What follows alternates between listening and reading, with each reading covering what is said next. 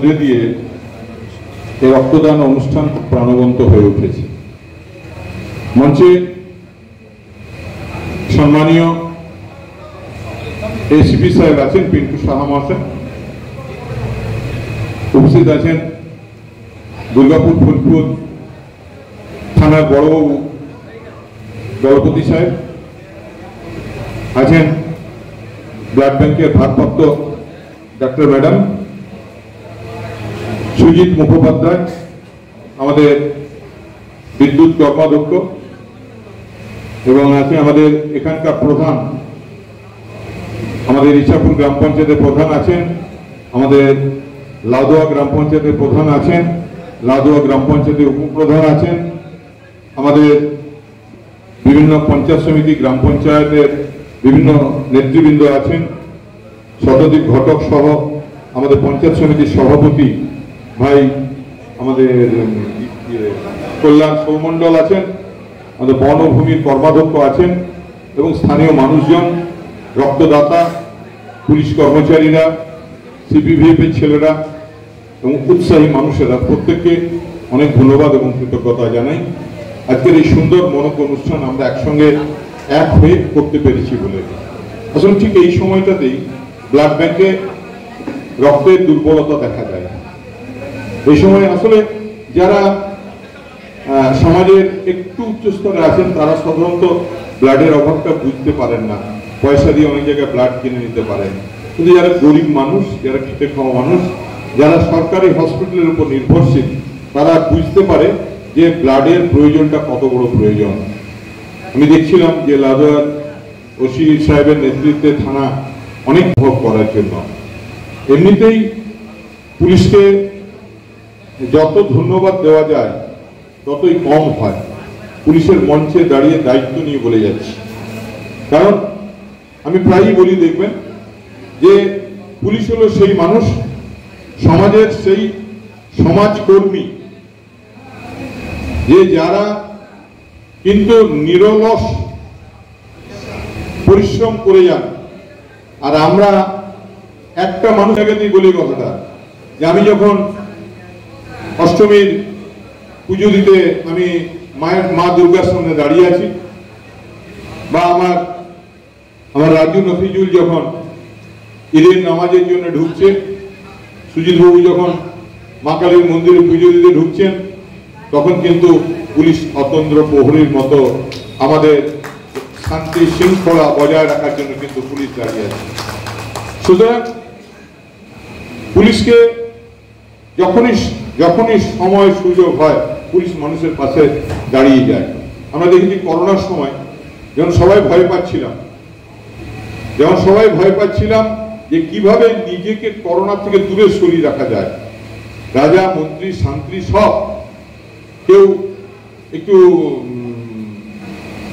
ছায়া রেখে করছিলেন, কেউ প্রকাশ্যে করছিলেন, লুকিয়ে থাকার ব্যাপারটা, করোনা থেকে দূরে সরে থাকার ব্যাপারটা।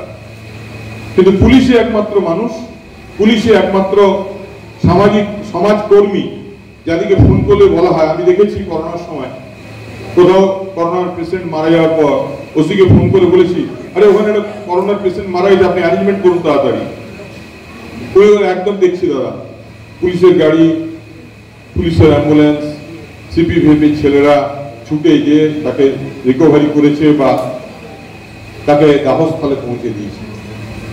তো সুতরাং আজকেও যখন সারা পশ্চিম বর্ধমান জেলায় ব্লাড ব্যাংকগুলোতে রক্ত কম পড়েছে, তখন এখানকার মাননীয় সিপি সাহেবের নেতৃত্বে পুলিশ সিদ্ধান্ত নিয়েছে যে মানুষের জন্য তারা যারা ইতিমধ্যে উৎসর্গীকৃত প্রাণ, তারা উৎসর্গ করছে মানুষকে রক্ত, এবং এই রক্ত দিয়ে সারা পশ্চিম বর্ধমানকে তারা এক সূত্রে বেঁধে দিয়েছেন।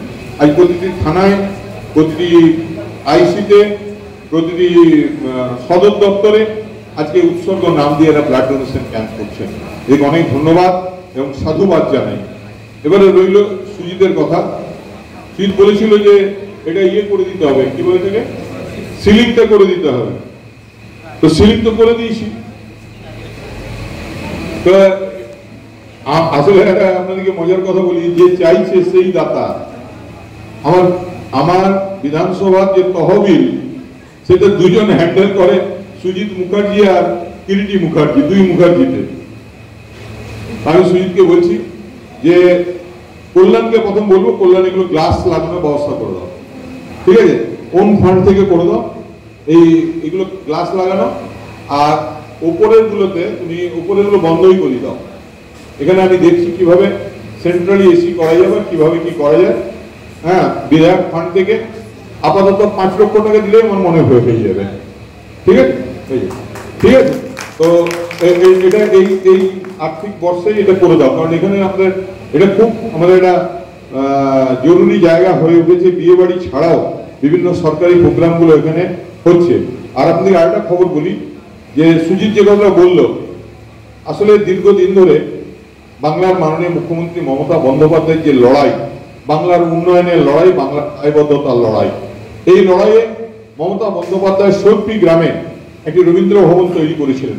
তার পিউপি পশ্চিমাঞ্চল উন্নয়ন পর্ষদের ফান্ড থেকে প্রাথমিকভাবে 40 লক্ষ টাকা দিয়ে এই কাজ শুরু করা হয়েছিল এবং তারপরে 1,60,00,000 টাকা আবার সেকেন্ড ফেজে দেওয়া হয়।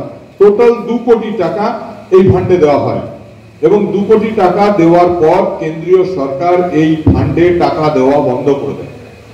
দীর্ঘ 4.5 বছর বন্ধ হওয়ার পর আমরা বারবার চেষ্টা করেছি, আমাদের পঞ্চায়েত সমিতির সভাপতি কল্যাণ অন্তত 40 খানা চিঠি দিয়েছে ডিএম সাহেবকে, তাই তো? হ্যাঁ, বিডিও সাহেব থাকলে বলতেন, বিডিও সাহেব এবং কল্যাণ মিলে 40 খানা চিঠি দিয়েছে।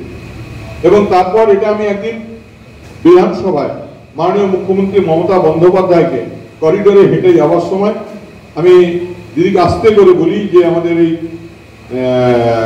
রবীন্দ্র ভবন অসমাপ্ত হয়ে রয়েছে, এবারে রড যেগুলো বাকি আছে, জানলা ফানলা যে 2-4টা লাগানো, সেগুলো মানুষ খুলে নিয়ে চলে যাবে।